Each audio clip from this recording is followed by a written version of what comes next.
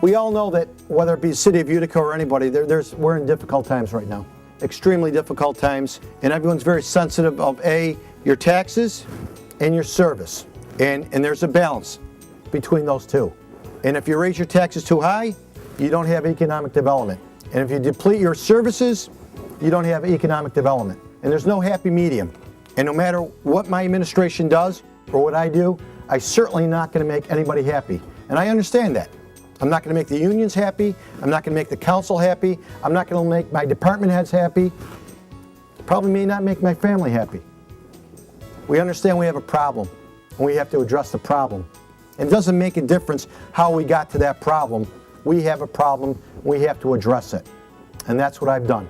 Last year when I came into office, we started out with roughly an $8 million deficit. No fund balance. Our capital fund, which is our water money, has been depleted. We went through roughly $14 million within a period of 8 years.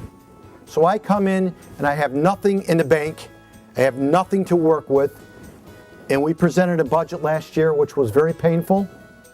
The first thing that I did in January, I went down to the state controller, spoke with him, was concerned about our finances and how we could adjust it and what we could do, asked him for help. We last year laid off about 55 people, cut some services. The things that haven't been done over the last 10 years and so forth have to be done now. Just to give you an example, the increasing costs that we have no control over. In 2003 and 2004, the retirement and the health benefits were roughly $7.5 million, roughly 10 years ago. They're up to, at this point, $20.5 million. $20.5 million versus 7.5, and that's something that, quite frankly, there's nothing we can do. It's not sustainable, and you can't cut to get to that number. The bottom line is, you keep on cutting to where your expenditures are. I'm going to tell you what, you will be calling our offices just like you did when you didn't have police presence when you needed it, or when the DPW was out and they weren't picking up the leaves because I just said no overtime. These are the things. We can't have it both ways, but we have to get to a certain point that we understand what's in the best interest to moving the city forward. But that's the cost that you should be understanding at this point, that we have very little control over. It's there. It's unsustainable.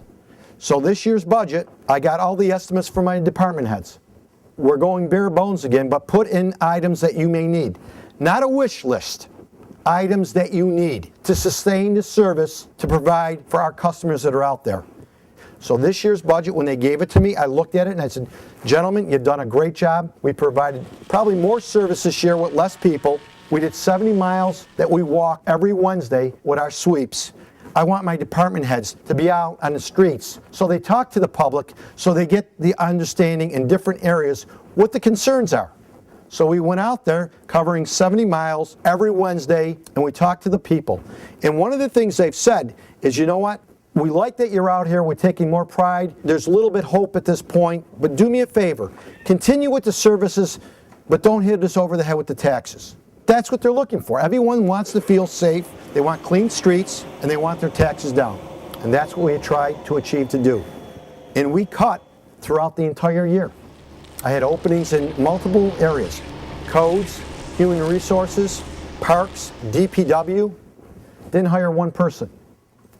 And still trying to maintain the services that will stimulate you to feel good about the city of Utica and where we're going. Did it come with some pain? Absolutely.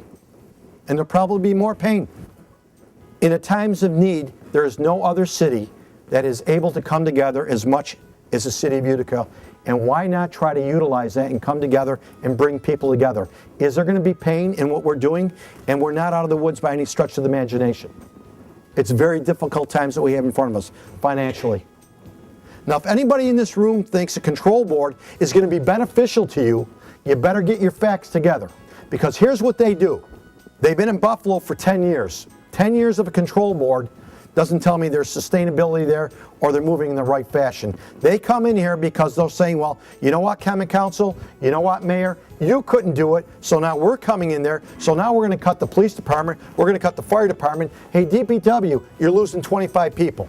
Instead of getting a 3.75 tax increase, you're going up 30 because we need the cash flow, and you can't do nothing about it.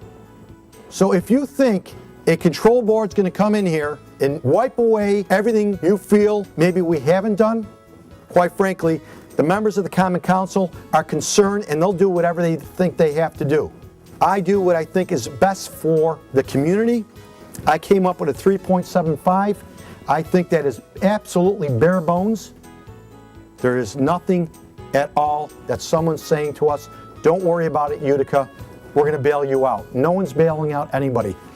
I put in, quite frankly, to the governor, I want a casino. If there's going to be a casino in New York State, whether you like it or you don't like it, the governor, everything he's articulated, bringing downstate, upstate, revitalizing the Rust Belt. I sell the city for what it is, a great city. And it's about time we understand how great we really are.